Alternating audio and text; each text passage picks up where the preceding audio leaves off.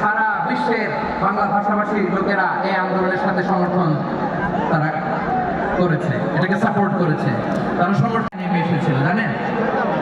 ওইখানে ডেমনস্ট্রেশন করা যায় না, সেখানকার সরকার তাদেরকে যাবজ্জীবন দিয়েছিল। তখন গভর্নমেন্ট চিঠি দেওয়া হয়, সপ্তম হিজরিতে বিষ্ণু ইসলাম সব সুপার পাওয়ারের কাছে চিঠি দিলেন, রোমান সম্রাটের কাছে ছিল এরকম মিন মুহাম্মাদিন রাসূলিল্লাহ ইলা মুকাওকিস, হেদায়েতের অনুসরণ করে সুবহানাল্লাহ পড়ে।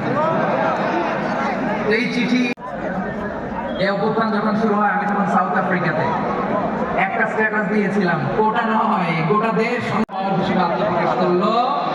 বিশ্বনবী চিঠি লিখলেন অন্যান্য সুপার পাওয়ারের কাছে, এই 53 জন বাংলাদেশিকে মাফ করে দেন।